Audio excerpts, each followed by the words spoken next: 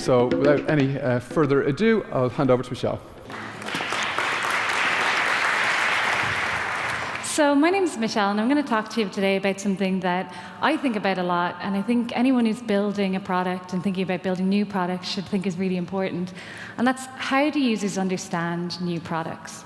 So when you're building a new product, how are people going to understand what it is, what it does, and the value that it's going to deliver? So a while ago, I came across this exercise that really clearly illustrates how different people can think about the same thing in very different ways. And that thing is toast.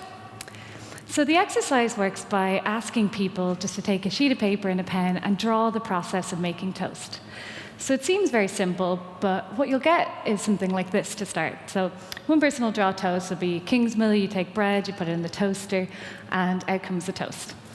But this is just one person's illustration of how you make toast. And in fact, if you ask a lot of people to do this, you'll get something like this. So this is many different people's ways of making toast. So when we look at some of them, we'll see things like this. So for some people, it's all around the person's involvement and the people in making toast. And others will think maybe more about the mechanics of the toaster. So how does it work? What are all the parts? And then other people can think about the whole supply chain, so all the way from the grain goes into the bread to make the toast. And what these are illustrations of different people's mental models. So this is how they believe that things work. As people have different experiences and they make different assumptions and observations, they can form many different mental models. Now, if we look at how toast is actually made, there's kind of four main parts. So you have the kind of two main objects. You've got bread and a toaster, and then you've got heat and time, which are applied to them. So when you combine these together, you get this system model of making toast in a toaster. So it seems simple. You put the bread into the toaster, you heat it up, wait some time, and the toast comes out. And this is what we kind of call the system model. So this is how something actually works. And when you're building software, this is usually illustrated to people and delivered to them through the interface. So when you have the mental model of how people believe something works and then the system model of how it actually works, when these two things meet and people have to interact with them and things make sense, users can find the interface intuitive. But when it doesn't match and there's a disconnect, people can find it hard to use. So people may explain making toast in many different ways. Then explaining something new can be really hard, because people make sense of things that they see by mapping them onto existing categories. And when they can't map something to something that they already know, they can find it confusing. So let's look at Snapchat. So Snapchat is a product that is new and is different. So if you're someone that uses Snapchat, how would you think it works? So some people might think it's a photography app. For other people, it might be about augmented reality and applying filters. Some people might think it's a game. Other people might think it's just social sharing. And then if you haven't used Snapchat before, you might have a very different mental model of what it is. So you might actually be confused. Maybe it's just something that teenagers use. And that's why using something for the first time when it doesn't map to something that you already know can be really confusing. So let's think about applying mental models. So we came across this in Intercom when we were redesigning our inbox. And this is the part of our product that businesses use to talk to their customers. So this is one of the designs that we have. And the approach that we took here was that we treated it like a feed style. So it's kind of like a Facebook feed or a Twitter feed, because we thought that the way people deal with their conversations in their personal lives and personal products that they use, that they'd want to work like this in their business products. But what we found when we tested it was that it actually didn't work. It didn't really work very well with people's workflows. So we ended up with something more like this, and any of you that use the product will be familiar with this part of it. But when you kind of take a step back of how we looked at it, you see that it's informed from two kind of existing patterns that people use. So on the left, you have a list view of the conversations in your inbox, and that's really mirrored very closely to like an email client. This is very familiar for people to use. But then in the middle, you have something that looks much more like messaging. So you see the chat bubbles back and forth.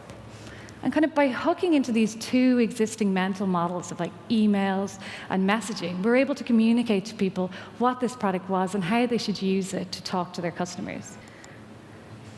So now that you understand what they are, how can you actually start to understand your customers' mental models? So this can be really hard. So how can you extract out these beliefs that they have for how something works and make it useful for yourself? Well, the first thing you need to do is talk to your users. And much like in the toast example, you want to ask people to draw the system of using your product. So how do they believe it works? And you'll probably be really interested because they probably won't list all of the features that you've built, and they'll focus on the things that really matter to them. And kind of like the toast example, you'll get loads of different drawings. And what you need to do then is kind of synthesize through them and pull out the commonalities and get people to explain the drawings back to you, to tell you how they think it works, and listen to the words that they're using. So if we think about the toast example, you'll probably actually pull out two different mental models, just kind of fundamental ways that people look at making toast. So on the one hand, people will make it with a toaster, and other people will make it with a grill. They're just two different approaches. Now, if you were a company that was making toasters, and you had a brand new toaster with lots of different features, if you tried to sell that to someone who thinks about making toast in a grill, it wouldn't make sense. It wouldn't really resonate with them. That's because there's a gap in the mental models between kind of how they use something, how they believe it works, and then how your product works. So you need to bridge this gap. And there's kind of two main ways. So first, you can try and make your product kind of mirror their mental model for how they believe it works. Or the other thing you can do is kind of educate your customers. So teach them about something new and bring their mental model or help them create new mental models. So let's talk about educating your customers. So when there's something new that people don't know and they can't explain it, you need to tell them what it is, and someone needs to show and explain it to them. And simple things can be really good, and if you can understand something straight away, that can be really powerful. But lots of things don't work like that, and they don't have to all the time.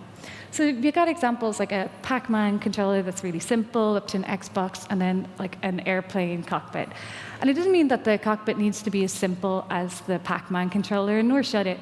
But making it learnable and you can teach people how to use it is really powerful. So in software, how can you do that? Well, the easiest thing to do is with tutorials and guides. And kind of like in video games, when you start first and you work your way through the first level and you start exploring and learning the world, you want to do that with your customers and teach them about what things are. Explain what the new concepts are, the new terms, do walkthroughs and talk to your customers. Now, the other thing that you can do then is help make your product conform closer to their mental models. So there's a few ways of doing this. At the interface level, you can just use standard patterns all the time. So these are standard patterns for web or for iOS or for Android. And these are like tried and tested patterns that people have already learned through using interfaces in other places. And if something looks like a button, it should act like a button. If it looks like a text box, it should act like a text box. And spending your time being like novel and creative in these interfaces can actually confuse customers because they spend the time learning how to use these standard interfaces when they should be spending the time learning about what your product is and the value it delivers.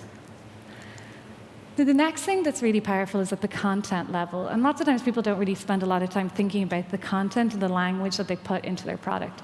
This can be really powerful.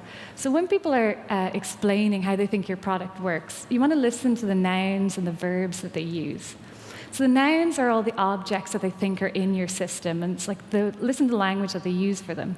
And then the verbs are kind of how they think that it connects together. So they say send a message.